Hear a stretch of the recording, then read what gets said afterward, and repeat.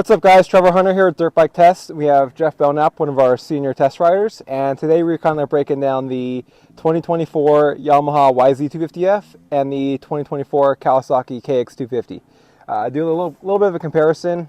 We have put 3 or 4 days on these bikes across a couple different tracks, different style of tracks, and yeah, we got a lot to say about them. So, kind of starting off, I guess the simple question is, what's your favorite bike? You know what, at the end of the day, for me, it ended up being the Cowie. I got on it, and I just kind of immediately felt at home with it. And I felt like just the handling characteristics of the bike in today's conditions, for me, the bike worked really well. The Yamaha, I did like the Yamaha, you know, riding at previous tracks. And I think maybe just today the track was a little tighter cornering, and I felt like the Kawasaki, to me, outshined the Yamaha a little bit in some of that area. Yeah. No, it's all valid stuff, and to me personally, I like the Yamaha better. So it kind of just depends on the rider and the track and whatnot. Kind of starting off with the motor. One thing that is nice about the Yamaha is, although they did change a little bit of it, and a lot of the chassis and stuff is new for 2024. Being able to tune the bike with the GYTR Power Tuner app makes a really big difference, and you know, it's something that's this generation Kawasaki doesn't have. We're hoping that maybe the 2025 will. But being able to tune the Yamaha motor with the different app, or the app with the different maps and stuff, really makes a big difference. And kind of on our first initial day that we rode the bike at Paris for the intro, I wasn't a huge fan of the motor, and even though there was very little changes to it, it ran drastically different. But kind of just playing around with the mapping and stuff, we were able to find that kind of that bottom end torque that we really liked about the old bike, and kind of brought not all of that back, but a lot of it back into this new motor, and still have the benefits of the higher revving kind of top end power that this new bike has. And the Kawasaki is more of a high revving motor as well. Yeah, you know, and maybe because of the different maps with the Yamaha, I felt like today the map that you had it set to that you like, the Yamaha, for me, it felt like it had a little snap and then it fell down a little bit, a little snap and it would fall down again, where for me, the Cowie had that little like excitement, you know, yep. Really little easier to ride at my pace than your pace. So that kind of makes, I think, a lot of sense to me. Yeah. So I would imagine with us doing a power tuner on the Yamaha, for me, yeah, it'd be a whole different bike, you know, towards that as far as motor style goes. But yeah, the Cowie out of the box, and we're still on the stock coupler, right? Yep.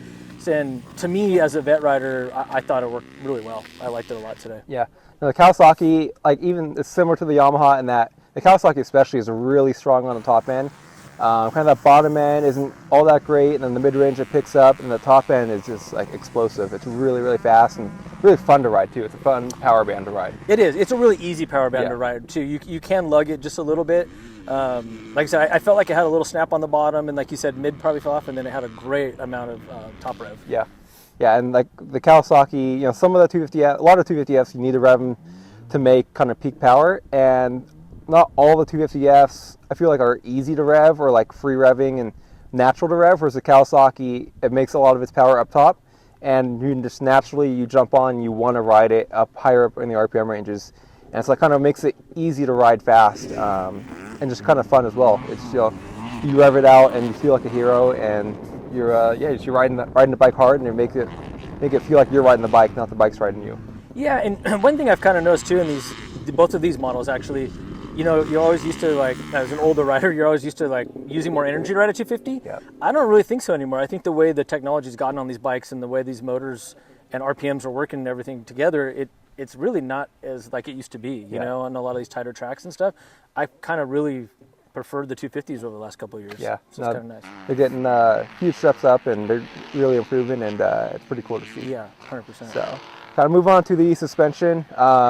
Personally, I really like the Yamaha suspension. It's not perfect by any means, but I say just overall, I like the Yamaha suspension a little bit better. What do you think? Yeah, I agree with you. I think it's a little plusher. Yep. The Cowie's a little bit more lively, where I think I slowed down the rebound a little bit. But yeah, you're right.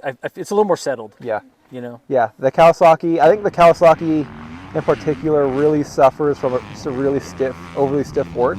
And so the bike isn't super balanced, and it's kind of chattery and deflective, and the small bumps and just harsh feeling. And it doesn't really settle in some of the corners as much, at least for me. And then the Yamaha is almost on the opposite end of the spectrum, where the front fork is a little soft. And so we crank the compression in. on the Yamaha, and we slid the forks down. I think stock is like right around 7mm fork height. We slid the forks down to 3mm, which it actually helped a lot the stability. Kind of on some of the faster tracks, not here today, but a lot of the faster tracks like Glen Helen and Kuya, the bike gets a little bit unsettled at high speed, and just dropping the forks down to the plus 3mm height really kind of just straightened out the bike and a little less deflection, a little less head shake, and really made it more comfortable. And also doing that, it's a little bit of a band-aid in that it helps stiffen the fork up as well, so we weren't diving as much and kind of riding as low in the stroke. And putting the forks on the Yamaha to plus 3mm really helped kind of settle that bike down a little bit.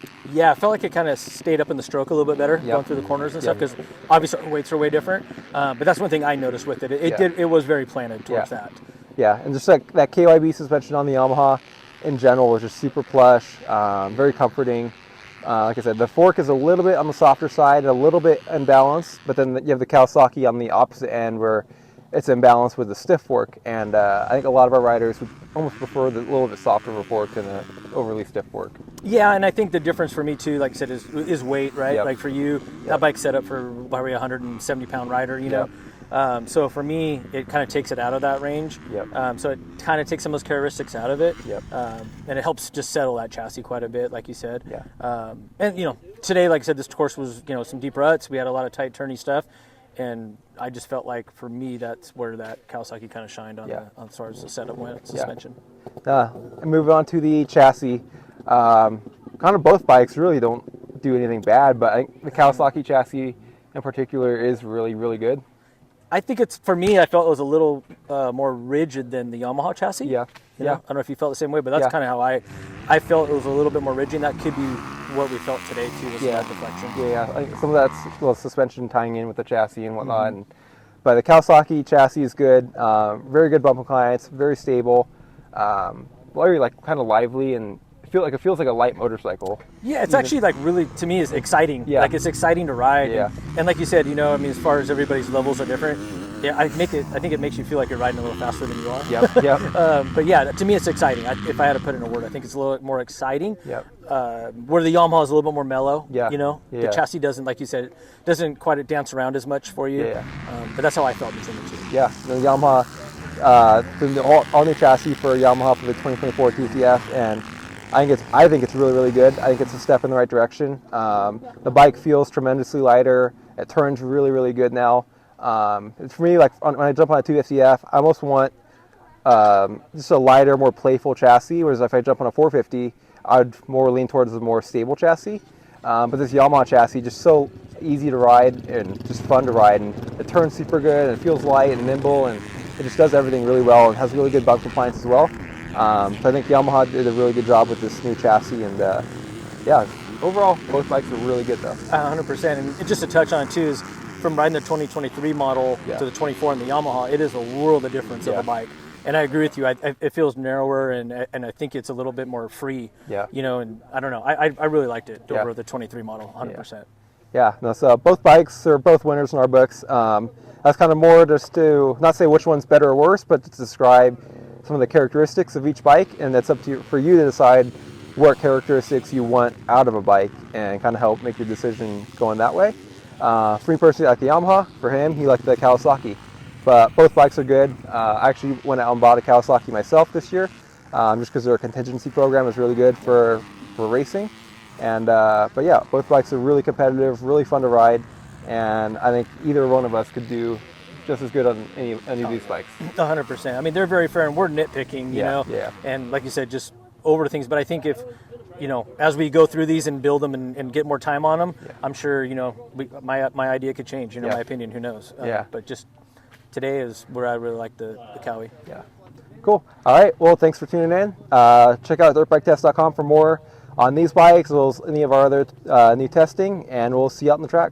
Thank you, guys. If you liked what you saw in this video, come check us out over at dirtbiketest.com on the webs. We have bike tests, product tests, a lot of fresh dirt, and you can even support us by clicking through our links.